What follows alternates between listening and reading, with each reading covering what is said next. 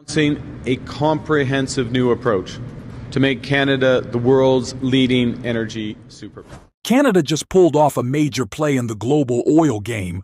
Nearly 900,000 barrels of oil per day are now being rerouted from North America straight to Asia. For decades, Canadian crude flowed reliably across the border, powering U.S. refineries and keeping gas prices in check. But that era is quickly fading. With the Trans Mountain Expansion (TMX) pipeline now completed in 2024, Canada has officially opened a new chapter, one where China, Japan, and India are the prime customers. It's not just a logistical shift, it's a rebalancing of energy alliances. The U.S., long the favored destination for Canadian oil, suddenly finds itself watching from the sidelines as its northern neighbor turns toward the Pacific. In 2024, about 61% of America's crude oil imports came from Canada. That's over 4 million barrels a day, oil that U.S. refineries, especially those along the Gulf Coast, are specifically designed to process. But with Canada now redirecting a large chunk of that supply to Asia, the U.S. faces an uncomfortable reality. Gas prices are already inching upward, and by fall 2025, many analysts expect they'll breach the $4 per gallon mark nationally, with coastal and metro areas seeing even sharper spikes. For American consumers, that means longer commutes, pricier grocery runs, and rising shipping costs across the board. The knock-on effects stretch from long-haul trucking to food production. With energy costs bleeding into nearly every sector, what's fueling this shift?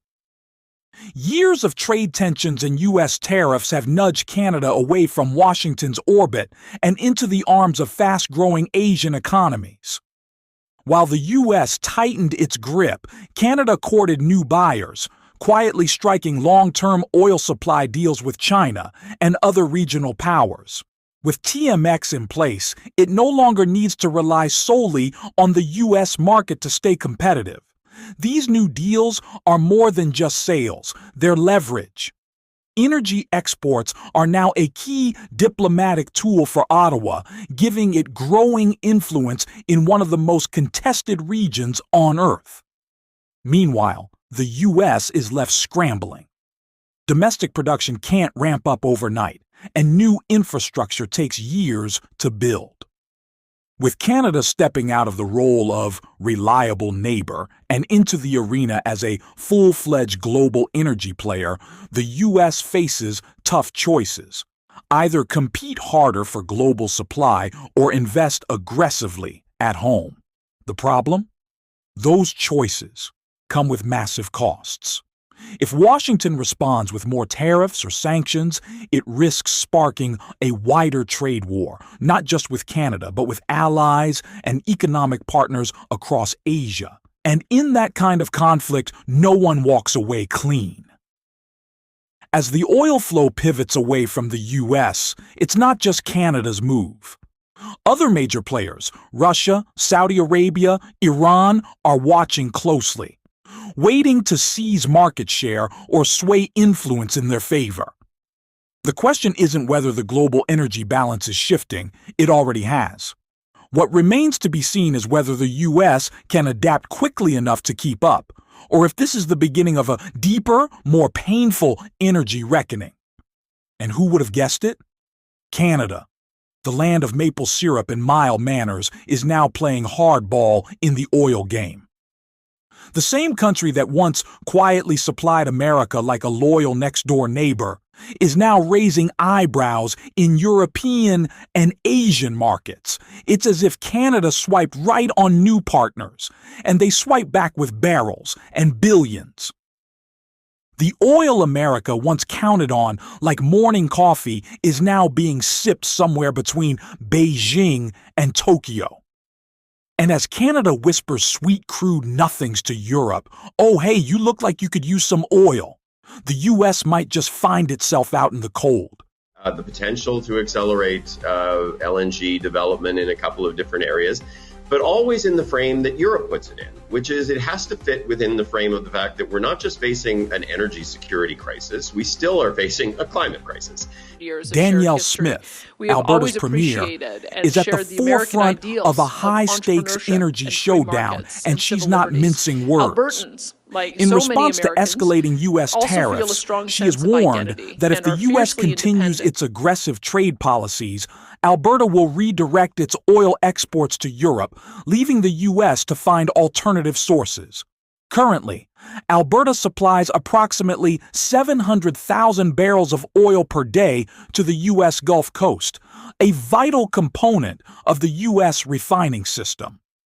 If this supply is disrupted, Texas refineries may have to turn to less reliable sources, such as Venezuela, to meet their needs.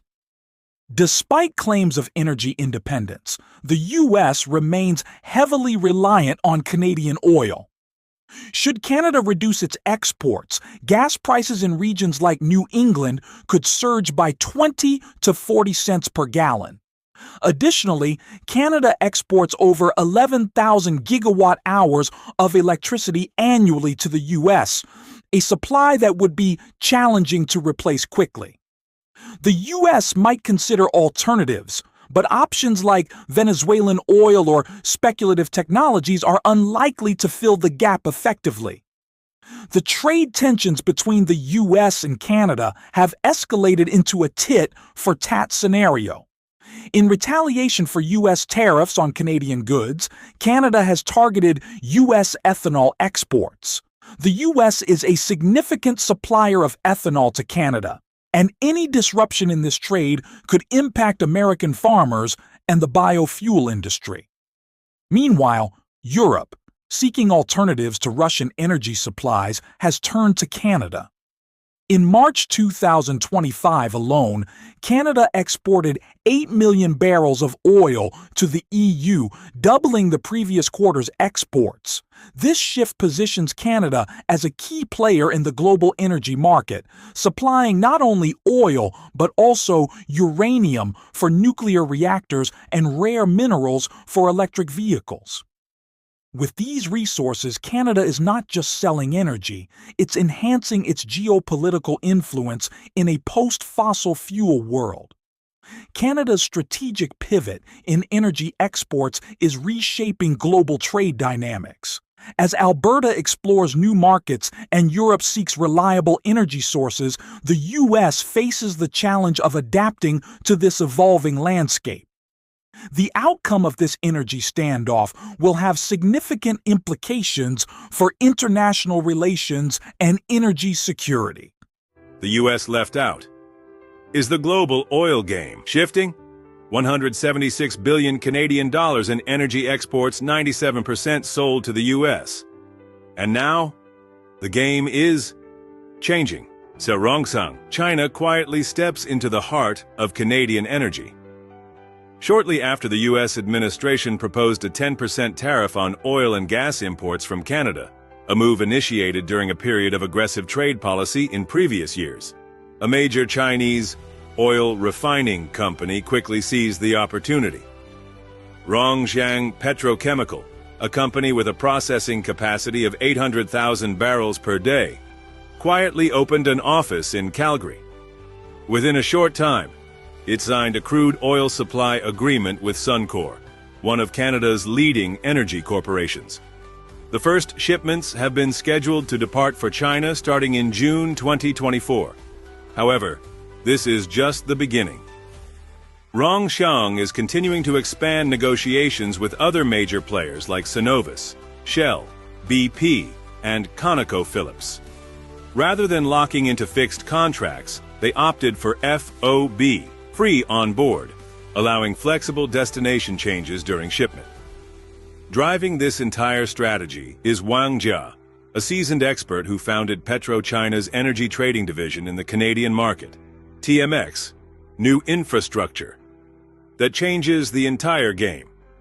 The Trans Mountain Expansion, TMX project, completed in early 2024, laid the foundation for all these shifts. With a length of nearly 1,200 kilometers and a tripled capacity, from 300,000 to 890,000 barrels per day, TMX enables Canadian crude oil to reach Pacific ports directly for the first time, without passing through U.S. territory. This means China, Japan, and South Korea, with refineries designed for heavy sour crude, are now within Canada's direct reach. Previously, over 95% of Canada's oil exports went to the U.S., making Ottawa vulnerable to any policy changes. TMX wasn't built just for transportation, it was built for liberation, the awakening of a once over-dependent exporter. As soon as Canada was threatened by tariff policies from the U.S., its government responded with a 6.5 billion Canadian dollar support package. Of that, 5 billion was allocated to help businesses reach global markets, and 1 billion went to agriculture. But notably, businesses didn't wait. They acted. With TMX operational, Rongsheng quickly became a strategic buyer. And their interest goes beyond just crude oil, of LNG, the second energy wave from Canada to Asia. The LNG Canada project in Kitimat, British Columbia, backed by Shell, PetroChina, and Mitsubishi, is on track for completion. Exports of liquefied natural gas, LNG, are expected to begin by the end of 2025. Currently, Canada exports nearly 8.6 billion cubic feet of gas daily, mostly to the U.S. But in the near future, with new LNG ports stretching from the Pacific Ocean to the Arctic, Canada is paving an independent path to global gas markets. The energy game has officially shifted. Canada is no longer knocking on America's door to sell oil. It has opened its own gateway to Asia. It's no longer just a raw supplier. It is now steering the global flow of energy. When infrastructure changes, strategy follows. And when the buyers change, so does the power. Don't blink if you want to see how Canada is gradually becoming a true global competitor in the energy game. Canada launches shocking economic blow. Is the secret plan putting the U.S. at a disadvantage? Just 3 months after the U.S. election, over 90% of Canadians want to separate trade from the United States. Why is the situation so serious? And why did one statement from Trump push all of Canada to prepare for a full-scale economic counterattack? Canada unplugs its economy from the U.S. foundation. While Washington imposes tariffs, Canada quickly pivoted its trade strategy. The CETA agreement with the European Union was expanded. In just a few months, bilateral trade increased by 65%. Capital, technology, and resources shifted from the U.S. to Europe. Not stopping there, Canadian trade delegations appeared frequently across Southeast Asia, from Indonesia and Ecuador to Singapore, Australia, and Brunei. The objective is clear: increase non-U.S. exports by 50% within 2025. What does that mean? It means the Canadian economy, once tightly linked to the U.S. market, is now dismantling every chain of dependence. Canadian provinces launch a campaign to eliminate America. British Columbia took the lead, banned imports of U.S. agricultural products, especially milk, chicken, and wine. At the same time, tightened inspections of U.S. trucks at border crossings, causing cross-border supply chain disruptions. Quebec struck back just as hard. All infrastructure contracts with U.S. contractors were frozen. The Fabriquez au Québec campaign exploded. Citizens were urged to use only local products, with direct subsidies from the government. Manitoba and Nova Scotia even required hospitals, schools, and government agencies to completely remove U.S. goods from public procurement lists. The result? Starbucks, McDonald's, Apple, all gradually disappeared from public systems. Emergency general election. Not just an election, but a battle for survival. April 28, 2025. A general election is held at an unprecedented speed in modern Canadian history. New Prime Minister Mark Carney, newly appointed, declared, "We eliminated the tax on carbon for consumers, for small businesses, and for farmers to end the division that it was creating amongst Canadians, because we are stronger together. We reversed the increase in the capital gains tax so that builders are encouraged to take risks." See party positions. One common challenger, Mark Carney, representing the Liberal Party, made it clear Canada will never, ever be part of America in any way, shape, or form.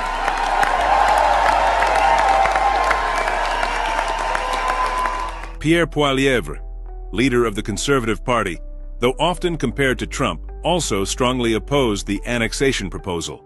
He called it absurd and offensive. Proposed tit-for-tat trade measures focused on cutting spending and boosting domestic production. Jagmeet Singh, New Democratic Party, went even further. Called for banning Trump from attending the G7 in Alberta. Proposed halting exports of strategic minerals, threatening U.S. tech and defense sectors.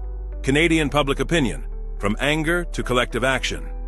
At festivals and sports events, the U.S. national anthem was booed, the U.S. flag turned away from. It's not just symbolism, but a growing social movement. Canada is sending a clear message. They no longer accept a dependent role. And if the U.S. truly wants to bring Canada closer, maybe it needs a different strategy. Not pressure, but respect. If you want to better understand how Canada is reshaping the regional economic order, don't miss the next videos currently on screen. Trump once declared the U.S. didn't need Canadian oil, brushing off one of America's most crucial energy lifelines like it was yesterday's headline. Fast forward to 2025, and he's singing a different tune, loudly calling for the resurrection of the Keystone XL pipeline, the very project he once touted, then watched die in political crossfire. The message? Energy independence is back on the menu. But the question is this a smart play or a strategic stumble? Keystone XL was designed to move over 800,000 barrels of heavy crude from Alberta to U.S. Gulf Coast refineries, right where it's needed most. But the project became a political football caught between climate goals and economic necessity. Now, with gas prices flirting with $4 a gallon and Canada pivoting toward Asia and Europe, Trump's push to revive the pipeline looks like a Hail Mary to shore up domestic supply. But critics say it's too little, too late. The global oil game has shifted, and Keystone might not be the silver bullet it once was. Supporters argue it's about securing North American energy, reducing dependency on unstable foreign sources like Venezuela or the Middle East. But building a pipeline in 2025 isn't just about energy. It's a battle over climate policy, trade relations, and global influence. And while Trump frames it as a move to restore American dominance, others see it as a nostalgic grab at a deal that no longer fits today's energy puzzle. So, is reviving Keystone XL a masterstroke of energy strategy, or just a rerun of an old debate in a world that's already moved on? After insisting the U.S. does not need Canadian energy, Donald Trump is renewing the call to build the Keystone XL pipeline. After returning to office, Donald Trump made a move that caught many off guard. He threw his full support behind reviving the long-dead Keystone XL pipeline. It was a sharp pivot from earlier remarks where he claimed the U.S. didn't need Canadian oil. But now, with gas prices climbing and geopolitical energy tensions heating up, Trump's message has flipped. Keystone, he says, is key to unlocking true energy independence. Following the Biden administration's cancellation of the project's permit back in 2021, Trump slammed the decision as economically disastrous and called for construction to resume immediately. No delays, no debates. His reasoning? The numbers speak loudly. Canada remains the U.S.'s biggest oil supplier, accounting for about 60% of all crude imports, more than 4 million barrels a day. And it's not just any oil, it's the heavy, thick stuff from Alberta's oil sands that U.S. Gulf Coast refineries are built to process. These refineries aren't optimized for light, sweet crude from elsewhere. They need the dense Canadian blend to operate at full efficiency. With global supply chains in flux and OPEC nations tightening output, the argument for a steady, predictable North American oil stream is gaining traction. For Trump, reviving Keystone isn't just about pipelines. It's about keeping America fueled on its own terms. Looking to revive the Keystone XL pipeline project, it was axed on President Biden's first day in office due to the opposition from environmental activists. Fired pipeline worker. While reviving Keystone XL might promise thousands of jobs and a more secure energy future for the U.S., not everyone sees it as a win. Environmentalists and indigenous communities have voiced fierce opposition, warning that the project carries serious consequences that go far beyond economics. Their concern? The extraction of oil sands is one of the dirtiest forms of fossil fuel production on the planet, generating up to 81% more greenhouse gas emissions than conventional crude. And with the climate crisis accelerating, many argue that doubling down on oil sands is like pouring gasoline on an already raging fire. For indigenous nations, the issue cuts even deeper. It's not just about emissions, it's about land, sovereignty, and survival. The proposed route of the pipeline cuts through regions like Nebraska's Sand Hills, an ecologically sensitive area sitting atop the Ogallala Aquifer, one of the largest freshwater sources in North America. A leak there wouldn't just be a local disaster, it could poison drinking water for millions. Tribes across the U.S. and Canada have condemned the project, saying it threatens sacred sites, violates treaty rights, and disrespects their cultural and spiritual heritage. Their message has been clear: no pipeline through our land. Beyond the local concerns, the broader environmental cost of Keystone clashes head-on with America's international climate commitments.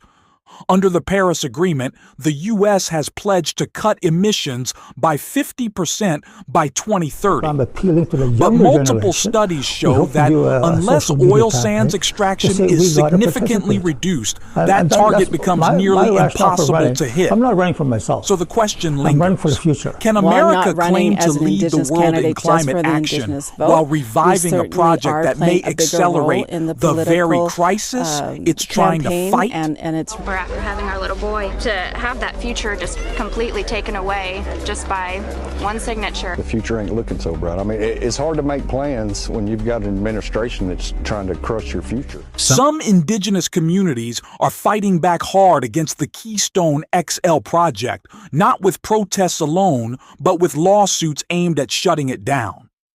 Their claims are serious. They say the pipeline violates historic land and resource agreements and threatens their right to environmental protection. What's worse, they argue, is that the project has moved forward without proper consultation, despite the fact that it slices through land that holds deep cultural, spiritual, and historical significance. And it's not just about the land. Many indigenous leaders are warning that Keystone could escalate discrimination, strain local communities, and worsen long-standing social issues. Yes, reviving Keystone XL might bring short-term economic boosts and new jobs, but those benefits come with a cost. Canada's heavy oil is among the most carbon-intensive sources on the planet, and ramping up extraction from the oil sands could lead to a spike in greenhouse gas emissions, up to 81% higher than conventional crude. That pushes the U.S. even further away from its international climate promises, including the ambitious goal of slashing emissions by 50% by 2030 under the Paris Agreement. Environmentalists are calling this a step backward at a time when the world is racing toward renewable energy and climate solutions. And while political battles rage on both sides of the border, a quieter but equally powerful message is coming from the public. In February, 500,000 Canadians stopped crossing into the U.S., a dramatic drop that sent tourism figures tumbling to their lowest point since the pandemic days of 2022. But this isn't just about vacations. American products are being boycotted, and U.S. brands are seeing sharp declines in sales in the Canadian market. According to the Business Development Bank of Canada, sales of American goods dropped 6%, while demand for Canadian-made alternatives is climbing. This isn't a blip, it's a signal. The trigger? On February 1st, the U.S. announced a fresh wave of tariffs on Canadian imports, set to take effect April 2nd. That means Canadian products, from agriculture to manufacturing, just got more expensive in the American market. Canada hit back fast. Foreign Minister Melanie Joly made it clear.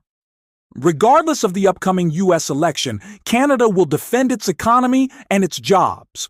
But it's the Canadian people who delivered the strongest message, cutting back spending at U.S. stores and redirecting dollars to homegrown brands. And there's more. Canada isn't just rethinking its economic dependence on the U.S. It's also reassessing its military partnerships. Right now, the Canadian government is in active talks with the European Union, looking for defense alternatives that don't rely on American contractors. The biggest bombshell? Canada is considering scrapping its deal to buy U.S.-made F-35 fighter jets in favor of Sweden's Gripen, built by Saab. With U.S. trade policies growing increasingly unpredictable, Canada is making moves to build a more independent defense industry, and that could change the U.S.-Canada military relationship in ways we haven't seen before. At the center of all this, another political curveball: Donald Trump's latest statement on Canada's leadership. In a rare move for a former U.S. president, Trump openly hinted he preferred working with the current Liberal government over Canada's Conservative Party leader, Pierre Poilievre. That comment landed like a lightning bolt in Canadian politics, sparking fierce debate about foreign interference and the future of U.S.-Canada relations. Why now? What's Trump really signaling? And what could this mean for Canada's upcoming elections? One thing's for sure. The border may still be open, but the old playbook between the two countries is being rewritten. About Donald Trump's unjustified tariffs on Canada. This is an attack on our country and on British Columbia families that will not go unanswered. The Alaska Highway, a critical lifeline connecting Alaska to the rest of the United States, has long been protected by a 1977 treaty between the U.S. and Canada. A deal that specifically bans tolls on the route. But now, British Columbia's Premier David Eby is walking a legal tightrope, proposing tolls on new infrastructure not explicitly covered under that treaty. It's a bold move that could crack open the door to a whole new era of border fees, and for Alaska, the consequences could be brutal. Truckers hauling goods across the border could soon be paying thousands of dollars more per trip, and you know how that works. Those costs won't stay with the logistics companies. They'll land squarely on the shoulders of everyday people, baked into the price of food, fuel, medicine, and everything else that needs to be trucked into the state. Life in Alaska is already a challenge. With its massive size, scattered towns, and harsh winters, the state runs on a razor-thin margin of supply and demand. Any added cost in transport hits especially hard in places like Haines, Skagway, or Hyderabad, remote towns that literally have no way to bring in essential goods without passing through Canadian territory. If tolls are introduced, shortages could follow, and not just of luxuries. Basic necessities like heating oil, baby formula, and prescription drugs could become dangerously scarce. And don't think this problem stops at the border. If Alaska takes a hit, the entire transportation chain from bulk suppliers to independent freight carriers starts to wobble.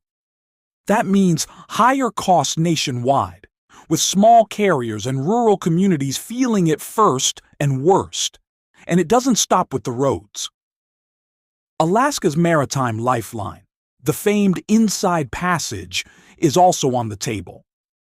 Rumors of new environmental regulations and transit fees could threaten the cruise industry, which brings millions of tourists and billions of dollars into the state each year. If passenger ships and cargo vessels are slapped with higher fees or stricter access, the tourism economy could shrink fast, leaving coastal towns like Ketchikan and Juneau scrambling. Add in cargo delays and rising prices for imported goods, and suddenly Alaska's economy starts looking dangerously fragile.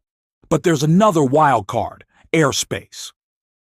Alaska depends heavily on overflight rights, air routes that pass over Canadian territory for passenger and cargo planes heading to and from the lower 48. If those rights are suspended as part of a larger trade clash, flights could be rerouted, costs could surge, and time-sensitive shipments like medical supplies, mail, or even organ transplants could be delayed. It's not just inconvenient, it's potentially life-threatening. This isn't just a policy disagreement. It's shaping up to be the opening moves in a full-blown trade war. And in this one, the first people to suffer won't be Wall Street investors or government officials. It'll be the grocery shoppers in Fairbanks, the truckers navigating icy highways near Tok, the families in remote villages wondering when the next delivery plane will come. Trade disruptions don't stay in boardrooms. They bleed into real life. And for Alaska, already isolated and often overlooked, that disruption could arrive faster and hit harder than anyone's ready for.